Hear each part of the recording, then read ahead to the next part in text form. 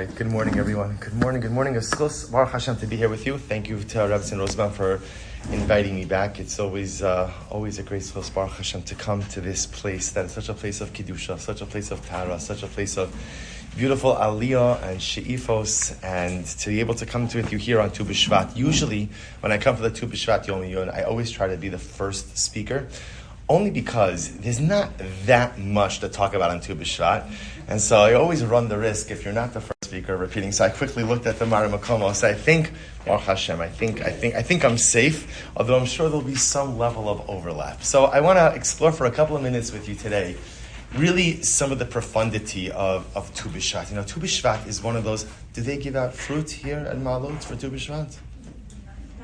Not yet. Okay, this is a fruit, give out fruit. All right, it's coming afterwards, Emir Hashem. So I don't know about you, but like my early recollections of Tu B'Shvat in yeshiva were not especially exciting. Usually it was in the morning after davening, I like a paper bag that was filled with things that were supposed to be fruit, right? Boxer, which was definitely recycled from the year before, right? And a whole bunch of other stuff. And somehow this little paper bag is supposed to, connect you to Eretz Yisrael, connect you to the day. Somehow it always felt a little bit lacking. This year it happens to be last Shabbos, we had guests from Eretz Yisrael, and they brought us literally again like a barrel filled with fruit from Eretz Yisrael.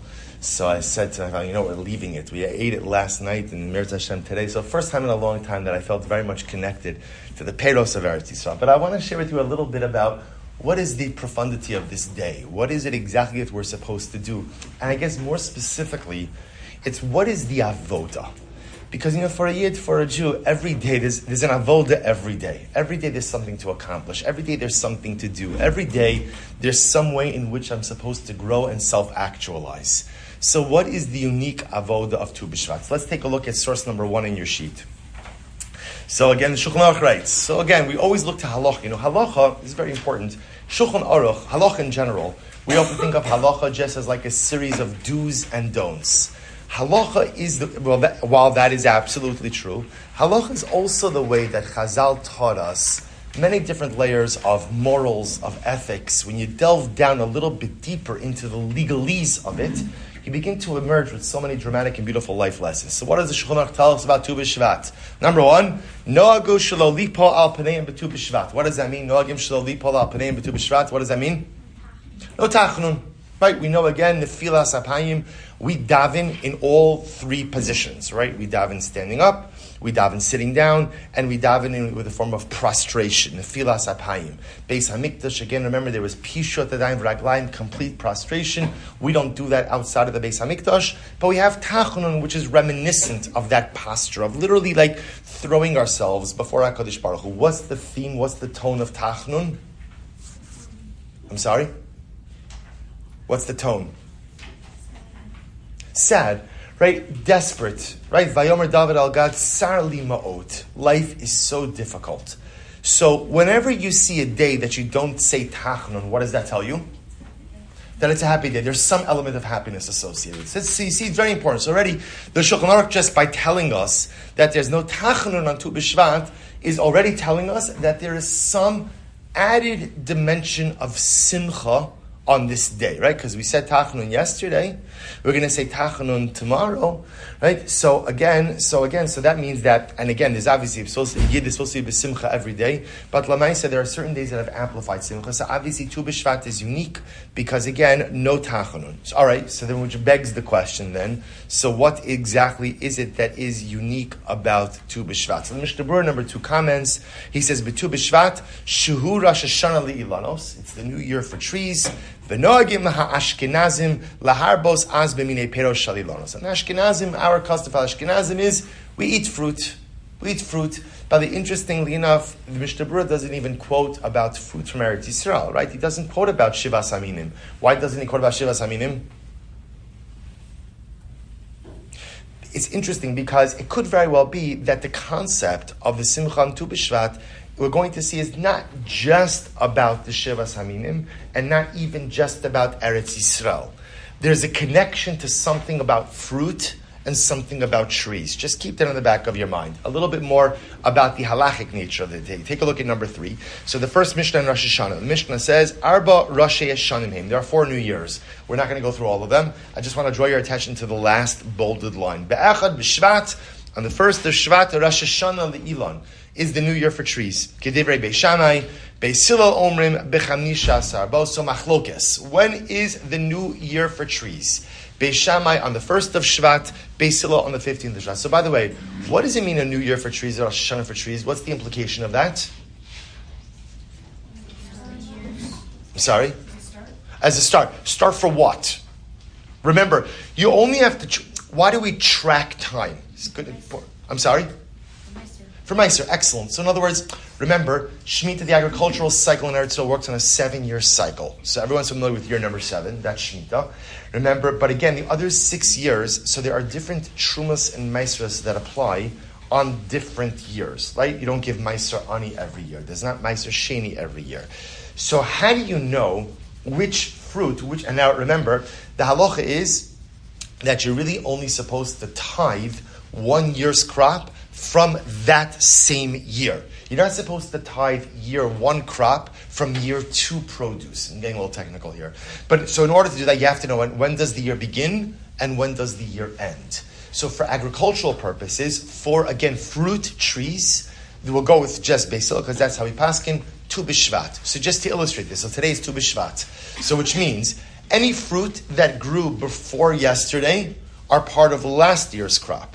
Any fruit that grow from today and on are part of this year's crop, which means you tithe this year's crop from this year's produce, last year's crop from last year's produce. Is anyone inspired by that? It's okay to answer no. Right? No, all right. I mean, it's interesting. It's interesting, I guess, like it's intellectually interesting that, again, you have fascinating agricultural cycle. We're a little bit more removed from these things because we don't live really in an agrarian or an agricultural society. But I guess for the farmer, it makes a lot of sense. But for me, I read the information, I'm learning some Torah, it's fascinating. But again, at the end of the day, so and the Bartanur, look at number 4. The Bartanur says, "Le'inyan meiser peros, shin ma'asrin peros ilan shechantu kodem shvat, al shechantu la'achar shvat." You can't tithe produce from the tree that blossomed before Shvat, from produce that blossomed after Shvat. Okay, so when you look at this, Tu B'Shvat is meaningful on what level? On a legal level. On a legal level, right? Tu B'Shvat is very significant from a Trumas and Meisrus perspective. The question, obviously, that we are going to deal with is, so what about for us? What is the message of Tu B'Shvat for us? What is it that we are supposed to take from this day? What is the lesson? What is the message? How does this transform our lives? So take a look at number 5. So in the Svarim, in Hasidic literature, so you will see, I see Rabbi Goldberger is speaking. I see he has in here the Bnei Yissaschar, which is beautiful. So in Hasidic literature, the tie-in between our personal lives and Tu B'Shvat really stems from a pasuk in Devarim. Take a look at number 5. The Torah says as follows: Ki satzor el ir yomim rabim lilachem ala tafsa. Talking to the Jewish army, if you're going to lay siege to a city, right? You're going to lay siege to a city. So what should you do? Lo sashchis eitzel indoach ale garzen kimenu tochel. Torah is telling us, do not cut down fruit trees unnecessarily. What is this prohibition called? Bal tashchis. Excellent. So remember again, this concept is globalized, that one is not permitted to engage in any unnecessary waste. Any unnecessary waste. I saw, this is an interesting application of this. I don't know if... one of the most interesting things I found, Beis Yaakov, right, is, and I don't know if anyone here ever did this, but my daughter did this, and it blows my mind. You take the uniform shirts, and you make it into a bib, so I paid for a whole shirt. Why doesn't someone just come out then with the bib, right? It just seems like a whole Bal Tashchis thing in order just to go ahead and cut away most, in any event. Separate piece. Hey, so the idea over here is Bal Tashchis. Bal Tashchis means you can't unnecessarily destroy anything. You're supposed to go at it. So the Torah says you're laying siege to a city. There are fruit trees. Now I'm sure you guys have learned history in the past. So there is a military strategy called scorched earth policy. Anyone ever learn about that? What's scorched earth policy? Kishmo Kenu, right? You burn everything. What's the logic? Destroy everything. What's the logic of a scorched earth policy? No resources. For who? So what scorched earth policy does is like this. Scorched earth policy says, we're going to destroy everything. If we win, we've deprived ourselves of resources. But if we lose, at least we've deprived our enemy of resources as well. The interesting part about a scorched earth policy is it takes into account the fact that you may lose. HaKadosh Baruch Hu says, when the Jewish army wages battle, and this is very contemporarily relevant as well, when the Jewish army wages battle, there is only one goal in mind, and that is victory. So we don't scorch earth, because only people who take into account the possibility of failure employ a scorched earth policy. HaKadosh Baruch Hu says that's not how a Jewish army wages battle. Jewish army wages battle with hope, with optimism, with complete belief in the mission, and complete belief that ultimately we will be successful. So HaKadosh Baruch Hu says, you're the army, you're laying siege. Don't destroy fruit trees. What are you destroying fruit trees for? Why? And he says, Ki ha'adam eitz hasada lavo lefanecha b'matzor. Now, the way to read this pasuk is almost like a rhetorical question. Ki ha'adam eitz hasada? Is the tree an enemy combatant? Right? Is the tree your enemy that you have to destroy it? Leave the tree alone. In fact, the Ramban says so beautifully on this pasuk. The Ramban says, don't destroy the tree. Why shouldn't you destroy the tree? The beautiful Ramban, he says, the soldier, you should imagine, after you're victorious, sitting under the shade of the tree, consuming the fruit. Go into battle with the vision of victory rattling around in your head. But Ki ha'adam eitz hasada is the tree a person that you have to destroy, that you have to kill it, that you have to cut it down. But in Chassidus, the concept ultimately is it's not really an interrogative. It's not a rhetorical question. It's a statement. Ki ha'adam eitz hasada. Man is exactly like a tree. Man is exactly like a tree. So if I were to ask you, how is a man like a tree, what would you say? How is a person like a tree? We grow. Excellent. Hopefully we grow. Good. What else? I'm sorry? We have roots. Good. What are our roots? Beautiful. Our roots could be a whole variety of different things, right? Our roots could be our family. Our roots could be our people. Our roots are HaKadosh Baruch Hu. Our roots are our Torah. Excellent. Beautiful. What else? Bear fruit. What are the fruit of man? Good. I think I overheard Mrs. Siegel saying a little bit of this also, right? About the producing fruits, right? In other words, fruits are your ma'asim tovim. Fruits are your mitzvos. Fruits are the accomplishments in life. So the imagery of man being a tree is actually a pretty strong metaphor. Ki ha'adam eitz hasada. In fact, the Baal Shem Tov HaKadosh makes a beautiful observation. He says, if you look back up to number 3 for just a moment, you'll notice something fascinating. The way the Mishnah reads, we only skipped to the last line of the Mishnah, but the way the Mishnah reads is as follows. The Mishnah says, Arba Rosh Hashanah, back to number 3 for just a second. Arba Rosh Hashanah, Be'echa b'Nisan, Rosh Hashanah l'melachim v'leregalim. If you notice, by the way it's phrased is in the plural. Right? On the 1st of Nisan is the new year for kings and regalim, for Yamim Tovim. We're not going to get into what that means, but it's plural.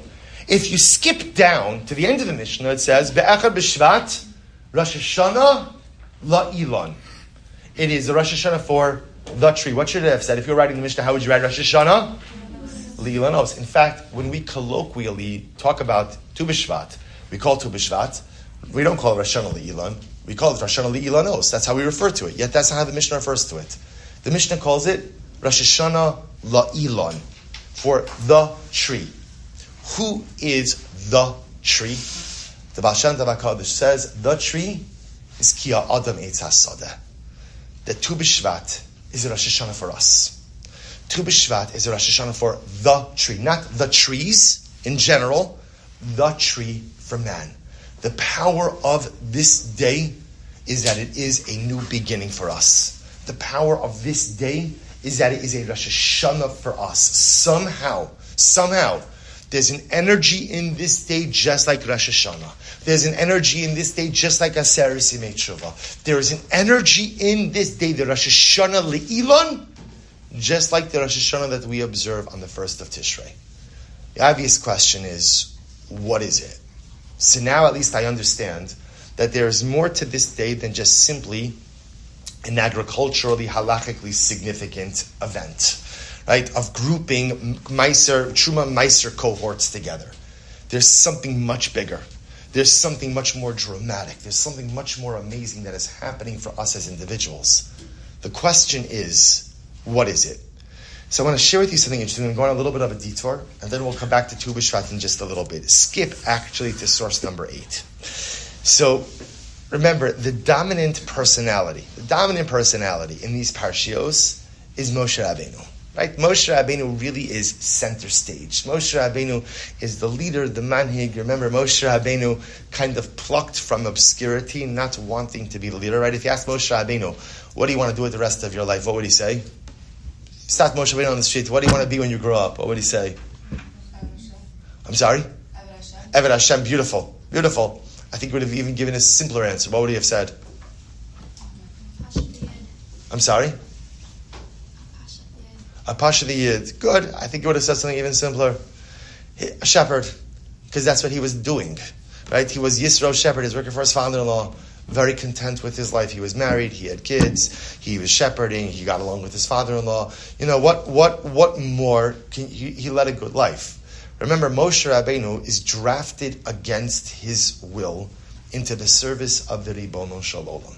He stops, he looks at the sneh, looks at the burning bush, and in that moment, the Kadosh Baruch Hu kind of draws him in and doesn't give him a choice. Moshe Rabbeinu was drafted into the service of the Ribono Shel Olam. There's a lot to talk about regarding why that's Moshe Rabbeinu's story and why Kadosh Baruch Hu had to force someone to be able to do something, but maybe we'll touch on that a little bit. In any event, one of the most interesting interactions between Moshe Rabbeinu and HaKadosh Baruch Hu is in sources number 8, 9, and 10. So take a look at number 8. Vayomer Moshe Avnei Hashem, Lemor, Hein b'nei Yisrael lo shamu elai, ve'ech yishma'eni paro. Beginning of Parashas Va'era. Remember again, Moshe Rabbeinu goes to deliver the message of redemption to Klal Yisrael, and it doesn't go well. It doesn't go well, right? Remember again, Moshe Rabbeinu gives the Arba Lashonos Shel Geula, right? He comes with a script prepared by the Ribono Shel Olam himself. What does the pasuk say? V'lo shamu al Moshe mikotze ruach mi'avoda kasha. No one listens to him. So Moshe then Hashbav says, okay, go to Paro and tell Paro you're freeing the Jewish people. Moshe Rabbeinu says in source number 8, what do you want from me, HaKadosh Baruch Hu? Bnei Yisrael doesn't listen to me. Ve'ech yishme'eni Paro v'ani arel sefasayim. How would you translate that phrase? V'ani arel sefasayim. How do you translate it? I'm sorry? Speech impediment, good. Simpler understanding. V'ani arel sefasayim. Stutter, good. Simpler. I'm not a good speaker. Arel sefasayim literally means uncircumcised lips, right? Like an arel is a man who doesn't have a bris, right? Arel means that there's like a covering that there's a layer that's there. There's something that's obstructing. In other words, whether Moshe Rabbeinu had a stutter, whatever it was, what he's saying is, HaKadosh Baruch Hu, I am not a speaker. I'm not a speaker. See, what's interesting is Moshe Rabbeinu says to HaKadosh Baruch Hu, I understand why Klal Yisrael wouldn't listen to me. If you want Klal Yisrael to listen to a leader, he's got to be polished. He's got to have oratory abilities. He has to be persuasive. He has to be inspirational. He has to be able to move the crowd. Moshe says, not me. It's not me. What do you want from me? It's not Klal Yisrael's fault. I wouldn't listen to me, Moshe Rabbeinu says. So why are they going to listen to me? And if I can't convince my own people that freedom is a good thing and they should embrace the message, how am I going to go ahead and convince Paro, who's our arch nemesis, who's our enemy over here, right? What am I supposed to do? Now that's the second time Moshe Rabbeinu said that.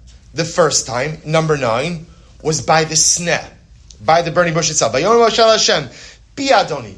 This is when HaKadosh Baruch Hu tells Moshe Rabbeinu, Moshe, you are the man. And Moshe Rabbeinu says, no, lo ish tivare manochi. I am not a speaker. Gam mitmol, gam milshoshom, gam me'az dabercha el avdecha, ki kivad peh, u kivad loshen anochi. So Moshe Rabbeinu says, HaKadosh Baruch Hu, please. I am kivad peh. How do you translate kivad peh, kivad loshen? How do you translate that? Literally translated? Heavy, right? Kvad peh, heavy mouth. Kvad lashon, heavy tongue. Kadosh Baruch Hu, I can't speak. So Moshe Rabbeinu refers to his inability to speak in 2 different ways: arel sefasayim and kvad peh and kivad lashon. What do you want from me? I can't do it. I can't do it. So what's the obvious question? What's the not so obvious question? What would you say? Moshe is saying, I'm not a speaker. Okay. You're HaKadosh Baruch Hu. What do you do? So, number one, you can make him a great speaker. Excellent suggestion. Good. What else can you do? No, send someone else. Send someone else. In other words, Moshe, see, I just want to point out what's happening over here. What happens after Moshe Rabbeinu says these things, right? He says, HaKadosh Baruch Hu, right? So remember, the sources are a little bit out of order, right? Number 9 is the pasuk that comes first. So, right, by this neh, he says, I'm kvad pel kvad lashon. Number 8, he says, Ani arel sfasayim. So now Moshe Rabbeinu says, Baruch Hu, I can't speak. I can't speak. Again, whether it's because Moshe Rabbeinu literally couldn't speak, wasn't a good speaker, felt whatever it was, he's saying, I can't do it. And what does HaKadosh Baruch Hu respond? So look at number 10. Here's the response. Vayidaber Hashem el Moshe ve'el Aaron, vayitzavim el bnei Yisrael ve'al Paro melech Mitzrayim lo'tzias bnei Yisrael mitzrayim. What is HaKadosh Baruch Hu's response to Moshe Rabbeinu's claim that I'm arel sfasayim? Okay, just go talk to Paro. Go, I just told you I can't talk. I told you I can't talk. So either, I don't know, make a miracle. Make Moshe Rabbeinu the most incredible, persuasive orator that the world has ever seen. That's possibility 1. Or possibility 2 is send someone else. Or possibility 3, if you notice, by the way, what else doesn't HaKadosh Baruch Hu do? What doesn't Hashem do in this whole thing? Teach him how to do it. Or he doesn't say, no Moshe, no Shefala, you'll be fine. You'll be fine. You got this. He doesn't do that. In other words, HaKadosh Baruch Hu doesn't try to address the struggle. Moshe Rabbeinu says, I can't do it. I can't do it. And HaKadosh Baruch Hu doesn't say, poof, yes you can. Or he doesn't say, just believe in yourself. Or he doesn't say, in fact, he doesn't say anything. HaKadosh Baruch Hu, well, he does say something. He says, okay, Moshe, remember you have like 10 a.m. with Paro. You better get moving. Right? That's what he does. So the question, I don't know why this never bothered me before this year, is why send Moshe? If at the end of the day Moshe is saying that this is something absolutely impossible for me and I can't do it, then HaKadosh Baruch Hu either make a miracle, B, right, tell him he can do it, or C, just send someone else. But why the constant push to make Moshe Rabbeinu do something that he feels is impossible? So I'll share with you, I didn't put it on the sheet, but I'll share with you an incredible insight by the great tzaddik, the Be'er Mayim Chaim. And the Rebbe writes as follows, I want to quote you. He says like this. Listen to this phrase. Ki ha'oved es bor'o b'derech hateva. When one serves HaKadosh Baruch Hu, b'derech hateva. How do you translate b'derech hateva? In a natural way. In a natural way. Now, what does that mean to worship HaKadosh Baruch Hu in a natural way? The Be'er Mayim Chaim says, if you do things that are easy for you. In other words, b'derech hateva means there are certain, let's be honest, right? There are certain things, certain mitzvos that I do not struggle with. They're easy. They're easy. All of us have our own easy mitzvos, but things that like, I don't have a yitzhar about it, it's not a problem, I could do it, it's not complicated. So when you serve HaKadosh Baruch Hu b'derech hateva, in the natural way, so there's no push, there's no tension, there's no difficulty. So what's the reward? He said, Kol zman shavoda ba'alo b'nekel. In other words, it's easy for me to serve HaKadosh Baruch Hu. He says, Harei scharo min hashamayim gam kein rak b'derech hateva. So if you serve HaKadosh Baruch Hu b'derech hateva, HaKadosh Baruch Hu gives you back b'derech hateva. That's the way the world works. This is part of an overarching principle by the Baal Shem Tov HaKadosh of what we'll call divine reciprocity. That's not what the Baal Shem Tov called it, but that's what we're going to call it. Divine reciprocity. Where does the concept of divine reciprocity come from? Hashem tzilcha. We know the pasuk in Tehillim. What does it mean, Hashem tzilcha? How do you translate Hashem tzilcha? All right, Hashem is your shade. We often translate as Hashem is your shade. So ultimately the Baal Shem Tov says, no, it means Hashem is your shadow. What's the l'chap with your shadow? What does your shadow do? What does your shadow do? Shadow does whatever you do. The Baal Shem Tov says that's how the world works. In your relationship with Hashem, you get out what you put in. Whatever you put in, whatever you invest in the relationship, there's reciprocity. The Baruch Hu says, okay, you gave me X, I'll give you X. You give me X plus Y, I'll give you X plus Y.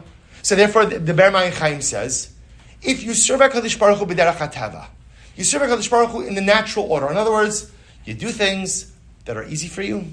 You do things that play to your strengths. You do things that come to you that don't require all that much effort. That's beautiful. And that is an accomplishment. Baruch says, great.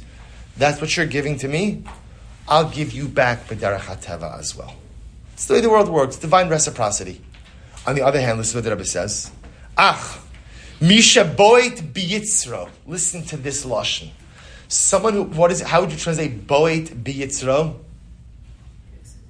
Literally kicks his Yetzer Hara, which means someone who is willing to go against his nature. Umisgaber al tevav, and he overcomes his teva. B'mesirus guf v'nefesh la'asos ritzon kono v'chafetz suro. But someone who's willing to push himself. Someone who's willing to overcome his nature. Someone who's willing to push himself, herself, to do more, to be more, to go against my natural proclivities, to go against my natural inclinations, to go against my wants and desires, who serves HaKadosh Baruch Hu in a supernatural fashion. Harei af scharo yishulam lo mida keneged mida lemala b'derech hatava. Such an incredible idea. If you go lemala min hateva in your service of HaKadosh Baruch Hu, what does it mean to go lemala min hateva? Let's talk about this just a moment. What does it mean lemala min hateva?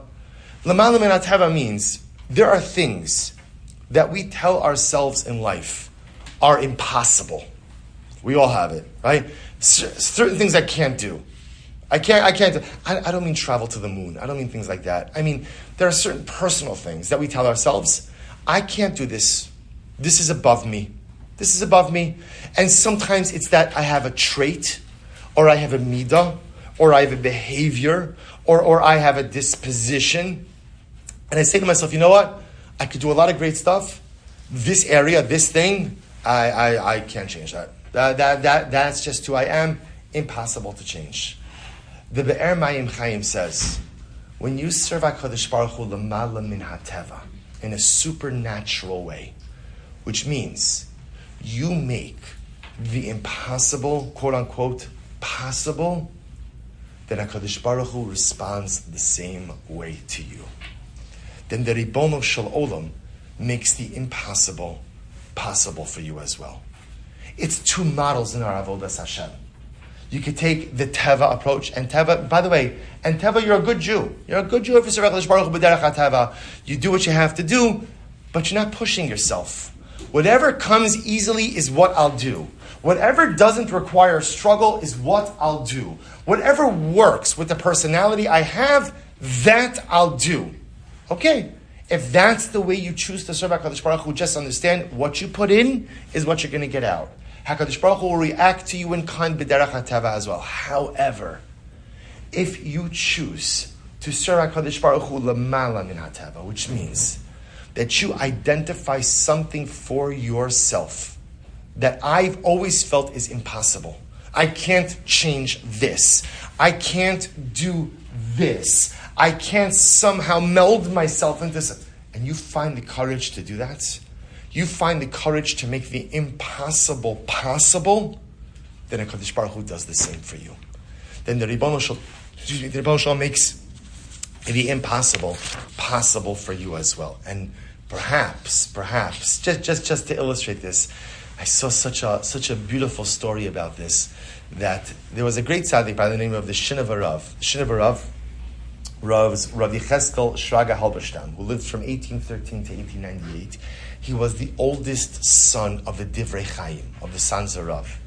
So the Shin of a Rav, by the Hasidim, they go to the mikveh every day, but the Shin of a Rav was always makbid to always use mikveh that no one else had used. So what happened every day is they would change the water for the Shin of a Rav. They would change it for him.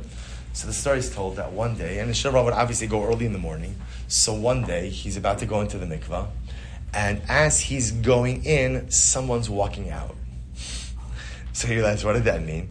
Someone had used the mikveh before him. So he says to the Gabbai, who was it? Like, it's a shtickle chutzpah. Again, this is in the 1800s. To change the water in the mikveh is not like today, where you could just drain the mikveh, refill it, and no problem. Right? To refill a mikveh was a very big to do. So the Rebbe asked the Gabbai. He says, "Tell me, so who was it? Who used the mikveh? Who used the mikvah? So the Gabbai didn't want to say anything. Right? The Gabbai felt bad. He didn't want to get the guy in trouble. Also because the guy who had used the mikvah, again, unknowingly, unwittingly, was also a man who was just having a very difficult life. He was married for a while, didn't have children for a very long time. The Gabbai was scared that the Rebbe was really going to get angry at him. And chas v'shalom, I don't know, not curse him, but, say some bad stuff. So finally, the Rebbe gets it out of the Gabbai. Who the guy was, who used the mikvah. Shnev Rav goes over to the Gabbai. He says, we'll call him Yankel. Yankel, did you use my mikvah first thing this morning? So like when you're confronted by someone and you have to admit it, but you don't want to admit it. And he stammers, Finally he says, yes, Rebbe, I did it. I did it. The Rebbe pauses for a moment. He closes his eyes. He takes Yankel and says, Yankel, I give you a bracha. That Emir Hashem, this year, you should be benched with a son. That year, Baruch Hashem, Yankel has a son. The Shnev Rav is invited to be the sandik at the bris. So the Rebbe afterwards, by the Suda, said, is it okay if I say a few words? So the Shnev Rav gets up and he says, I want to tell you how this baby was born. He says, you might all know that story when the Aviyah ben Yankel used my mikvah. In that moment when I found out and I was standing opposite him, I was ready to let him have it. I was so angry. It's such a lack of consideration. It's such a lack of just proper midos. Right? At the end of the day, everyone knows it takes a lot of work to drain the mikvah, to refill the mikvah. The Gabbai did it. There are other people working on it. And this guy just moseys in, moseys on in, and just immerses in the mikvah. You don't do that. Right? You ask. You have to be a balachrayis. You have to be a bal derech eretz. And I was ready to let him have it. I was so angry. And in that moment, the Shnev Rav said, I restrained myself. In that moment, I said, you know what? I am going to rein in my midos and I am not going to get angry. And that moment, the Shnev Rav says, I daven. And I said, HaKadosh Baruch Hu, I have just done something supernatural for me. Because the natural thing would have been to get angry. I did something supernatural and held myself back. The schus of me doing something supernatural, I'm asking you to do something supernatural and give this couple a child as well. Shnev Rav said, that's how this baby was born. Do you know why HaKadosh Baruch Hu wanted Moshe Rabbeinu, the man who could not speak, the man who was kavad peh u'kavad loshen, the man who was ras fasayim? HaKadosh Baruch Hu doesn't know, oh Moshe, you're going to be great, because Moshe wasn't a good speaker. He doesn't tell Moshe, don't worry about it, I'll make you into a great speaker, because that wasn't the point. HaKadosh Baruch Hu needed Moshe Rabbeinu to do something that Moshe felt was impossible. If you asked Moshe Rabbeinu, Moshe, what's the one thing in this world you can't do? What would Moshe Rabbeinu say? What would he say? What would he say? The one thing I can't do, the one thing for Moshe Rabbeinu that's impossible, what would it be? What would it be? Public speaking. Public speaking is the one thing I cannot do.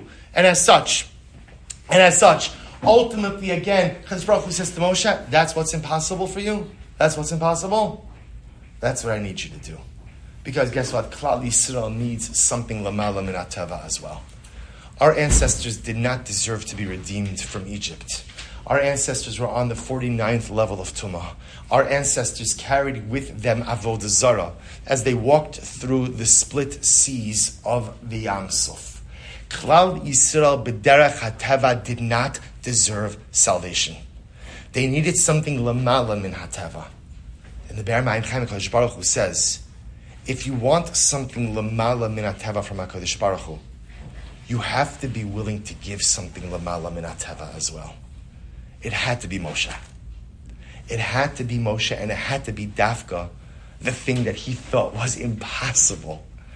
Because it was only once Moshe made the impossible possible that he forced Kiviyachal HaKadosh Baruch Hu to react lamala min hateva in a quote-unquote impossible way with Klal Yisrael.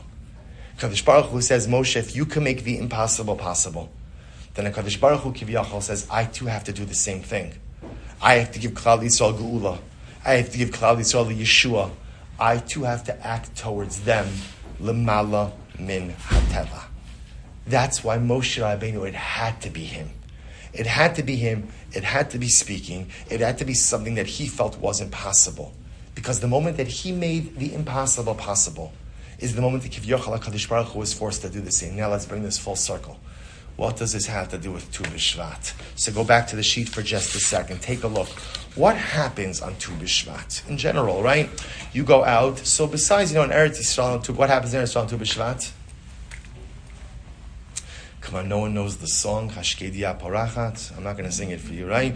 But it's actually incredible because right now it's actually like the Shkedia Parachat, the almond tree does begin to blossom on Tu B'Shvat, which is like a pretty incredible thing, right? So when you look generally at Tu B'Shvat and you look at nature, truth is nothing really looks all that different. I don't mean here in Chutz La'aretz, because the truth is, remember again, in Chutz La'aretz, we're in the middle of winter. Although I think it's supposed to be like 68 degrees tomorrow, something like that, right? But we're still, right, that's our Tu B'Shvat kids, right? We're in the middle of winter. So you go outside, you look outside, and the truth is, nothing looks all that different. So what is happening on Tu B'Shvat? Take a look at number 6. The Gemara says, "My taimo." What is unique about Tu B'Shvat in general? So the Gemara says, "Afa pishov tkufa mibachutz, hoil v'yatzu rov gishmei shana." What's unique about Tu B'Shvat is Tu B'Shvat marks the midpoint, more than the midpoint. The majority of the rains have already fallen by Tu B'Shvat. Just an interesting agricultural piece. As a result, what? Take a look at Rashi. And here in this Rashi, I think, contains the secret for us. What happens when the majority of the rains have fallen? The majority of the rainy season is behind us. Shuzman Revia. Va'ala hasraf bi'ilanos. You know what's really interesting? If you were to cut open a tree on Tu B'Shvat, you know what you would see? The sap. The sap is beginning to surge through the tree on Tu B'Shvat. You're not going to see anything externally different about the trees on Tu B'Shvat. But what's unique is you open up that tree, that sap. Now what's the sap? The sap is the very source of vitality of the tree. Right? The sap is the very energy that causes the tree to grow. That sap is bubbling up inside of that tree. And now if we bring this all together, we begin to see the dramatic, magnificent, and beautiful significance of Tu B'Shvat for us. You see, when we look at the trees, right? If you go outside today, you look at a tree. What does a tree look like to you when you look at it? What does it look like? Bare. You're being too nice. What does it really look like? Dead. It looks dead, right? It looks lifeless. And if somebody were to ask you, what's like your future prognosis of that tree, right? He'd be like, it's not looking good, right? That tree does not look like it has any juice left in it, right? I think that's pretty much the end. That's like a Baruch Daina MS on that tree, right? That's it. That's done. But you know what's incredibly amazing? That tree that looks so profoundly lifeless on the outside, if you were to cut it open and look inside, you would see the sap is bubbling there. The sap is getting ready to spread. Right now it's in the trunk, but pretty soon it's going to start spreading out into the branches. And pretty soon the leaves and the fruit and everything is going to start to come back. And the Baal Shem Tov HaKadosh says, when you see this happen in nature, when I look at that tree, do you know what I see when I look at that tree? You guys are young, so you may not fully appreciate this statement. I see my own reflection. Because a lot of times in life, I also feel lifeless. A lot of times in life, I feel that I've made so many wrong decisions that there's no more fruit on my branches, right? And the tree just feels dead. And I feel like I've made so many wrong turns in life that it's like a Baruch Daina MS. Biologically, I'm fine. But I just feel like on a productivity level, on a growth level, on a ruchnius level, on a connection with HaKadosh Baruch Hu level, I just don't feel it. I just don't feel it. And the Baal Shem Tov HaKadosh says it's okay. Because what's Tu B'Shvat? Tu B'Shvat is the Rosh Hashanah La'ilon, for the tree. Who's the tree? Ki ha'adam eitz hasadeh. The tree is us. The tree is us. And just like the trees in the natural world look dead, but they're coming back to life. The sap is churning inside of them, so to the personalistic tree. Maybe I feel a little bit out of it in life. Maybe I feel a little bit down and out. But there's sap in my tree also. And I could rejuvenate. And I could rebuild. And I could regrow. And I could create something beautiful as well. See, when you look at nature today, if you were to go outside and somebody were to tell you, in 2 months from now, that tree is going to be covered with leaves, and if it's a fruit tree, it's going to be covered with fruit. What would you say? What would you say? One word. What would you say? What would you say? Impossible. Impossible. But yet, what does Tu B'Shvat say? Tu B'Shvat says the same thing that Baruch Hu said to Moshe Rabbeinu. That life is all about making the impossible possible. That's what life is all about. It's about identifying those things that you think are absolutely impossible for you and figuring out a way to make them possible. If the tree could come back, mamish, from the brink of death and could be vital, beautiful, and in just a couple of months we'll be enjoying them once again. If a tree could do that, then al achas kama v'kama, my tree, the personalistic tree, ki ha'adam eitz hasada, can make the impossible possible as well. And this, I think, becomes our avoda of Tu B'Shvat. Everyone wants to know, what is our avoda today? So to eat fruit, okay, I don't think eating fruit is an avoda. Eating fruit is just nice. You could eat fruit, eat plenty of, eat fruit every day, right? But especially today on Tu B'Shvat, that's not the avoda. I think the avoda on Tu B'Shvat is for each of us to identify one thing in our lives that we have told ourselves is impossible. And we all have one, right? Maybe it's a behavior that you engage in that you've kind of resigned yourself to. That I can't change this. This is what it is. Or a negative midah that you have that, you know what, I've worked on this so many times, it's never worked, I just have to accept. You know, the Rambam speaks about in Hilchos Deos, the Rambam says that there are certain midos that are so corrosive that you can't have any little bit of it, right? What's an example of that? Kas. So the Rambam says in Hilchos Deos, let's say a person has a problem with kas. I have a short fuse. I have a bad temper. So what should you do about your short fuse, bad temper? What's the Maimonian piece, like the golden nugget of advice that the Rambam advances? You know what it is? How does Rambam tell you to deal with if you have a bad temper? You know what he says? Stop getting angry. Like, wow, I could have been the Rambam, right? That's it. Right? That's the best you got. Stop getting angry. Yes, because you know what life is all about? Life is all about making the impossible possible. Life is all about taking the things that you've convinced yourself that you cannot control, that you cannot change, that you cannot do anything about, and suddenly doing something about them. You look at the trees and it looks like it's impossible for them to ever to come back to life, but yet they're going to. Vaharayi, the sap is there. If the trees could do it, you look at Moshe Rabbeinu, there is no way this man could ever lead the masses. No one's ever going to follow him. He can't speak.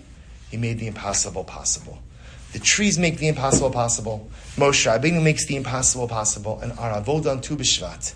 Choose one area, one thing, not 2 things, not 5 things, not 7 things. One thing in your life, one midah, one behavior, one disposition, one dream or goal or aspiration that you have that you've given up on because you've told yourself it's impossible, and reclaim it. If the trees could do the impossible, then we could do the impossible. If Moshe Rabbeinu could do the impossible, then we could do the impossible. We have the ability to come back to life even in things that we've given up on. Choose one thing that you've convinced yourself is impossible and make it possible. Because I can't stress enough how badly we need this in the times in which we are living. What is happening to our people and what has been happening for the last 109 days is nothing short of overwhelming. If somebody would have told you that on October 7th, that over 1,000 Jews would be massacred, if somebody would have told you on October 7th, thousands would be injured, hundreds would be taken captive, and if somebody would have told you that 110 days later, there are still over 130 men, women, and children being held captive, whereabouts unknown. And if somebody would have told you that on one day, 21 precious soldiers would be offered up on the Mizbeach of Klal Yisrael, these are impossible things to comprehend. Impossible things. And sometimes because we are so geographically distant, and because this has been going on now for already a number of months, we become like a little bit detached to it. Our brothers and sisters in Eretz Yisrael, they have to do the impossible. They have to do the impossible. Everyone has been called upon to do impossible things. Whether it's leaving your home because you live in the north or in the south, and suddenly again you can't live in the home in which you raised your family, which your whole life was. Or whether it's going ahead and leaving behind your entire life because you have to put on the uniform of Tzahal, of the Jewish army, to go out and fight a war that is Klal Yisrael's war. It's humanity's war against evil. And it means everything. It means leaving your family, it means giving up your parnasa, it means everything. Our brothers and sisters in Eretz Yisrael are doing the impossible. They don't have a choice. They have to do the impossible. The least we could do is binose ba'ol im chavero. And I would tell you that davening is not enough. Davening is a given. Of course you dress to daven every single day with extra kavanah and take on whatever you can. But it's up to us to also do the impossible. Right now is an impossible time for Klal Yisrael. And again, like I said before, never for a moment doubt the outcome. Never for a moment. The strength of Klal Yisrael is unbridled hope and optimism. Ultimately, we will be successful because we have HaKadosh Baruch Hu, because we have the Ribbon Shalom, because we are the Am HaNivchar, and because we are fighting against evil. We will be successful. That's not the Shaila. The Shaila is how long until success? And the Shaila is how many more sacrifices will we have to make until we get there? We are living in impossible and overwhelming times. So what do you do when things are impossible? You make the impossible possible. Just imagine for a moment if each and every one of you here would decide today, even maybe before you get up in the next couple of moments, I'm going to conclude, and decide, what's the impossible thing that you're going to make possible? Because, people come to Shiurim. You know what happens with Shiurim? You know what happens with Shiurim, right? What happens with Shiurim? You have like 17 of them today, right? So what happens with Shiurim? Oh, very nice, very interesting, right? And then what happens? You close up, you move out, and then you're on to the next thing. Then you're on to the next thing. And the truth is, by the time the nighttime comes around, somebody will test you, so what did you learn about today? What are you going to answer? What are you going to answer? Tu B'Shvat. Like, oh, great, right? I learned about Tu B'Shvat, right? Fantastic. Because that's how life is. Stuff comes in, stuff goes out. That's why B'Shas Maisa, you make a Kabbalah. You strike when the iron is hot. You don't say, I'm going to think about it. You don't have to think about it. Each and every one of us knows right now the thing that we've told ourselves is impossible, that we've given up working on, that we need to reclaim. Decide on the impossible thing that you're going to make possible. And imagine what a schus that is for Klal Yisrael.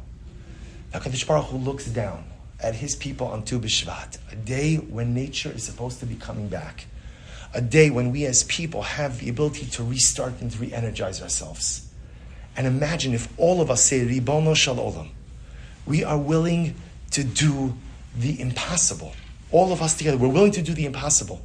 And like the Be'er Mayim Chaim says, if we're all willing to do the impossible, the Lamala Min HaTeva, then we can force HaKadosh Baruch Hu's hand to do something Lamala Min HaTeva as well. Then we could kiviyachol force HaKadosh Baruch Hu to bring us victory and bring us victory now. Then we could kiviyachol force HaKadosh Baruch Hu to bring an end to this war. Then we could kiviyachol force HaKadosh Baruch Hu to bring back each and every one of our precious hostages, complete and intact, both physically and mentally and emotionally. If we live lamala min hateva, then we could demand kiviyachol of HaKadosh Baruch Hu to do the same. So we should be Zocheh Mir Hashem to maximize this day which so often just goes by kind of underneath the radar without anyone realizing the profundity and the power of it. We should be Zocheh Mir Hashem to feel the sap that is surging through us. We should be Zocheh to take advantage of this Rosh Hashanah. No matter how dead we may look, so to speak, we should recognize that the impossible is possible. And in the schus of all of us doing something, even something small, that's Lamala Min HaTeva. We should be Zocheh Mir Hashem that HaKadosh Baruch Hu should act Lamala Min HaTeva for our people as well. should bring about victory for Klal Yisrael, victory for Am Yisrael, Shalom, to restore all of Klal Yisrael together, to bring us together. Ki ish echad b'leiv echad, and halavai we should be zochem Eretz Hashem. Rabbi Yisrael will invite me back next year to speak on Tu B'Shvat, but I hope with all of my heart that Eretz Hashem, this beautiful institution, will find its new home in the rolling hills of Yerushalayim, Ir HaKodesh, together with our Bayish Shlishi, together with Tchias HaMesim, together with all of Klal Yisrael, and we should be Zochem Eretz Hashem to see that day b'mihira b'yameinu. Amen.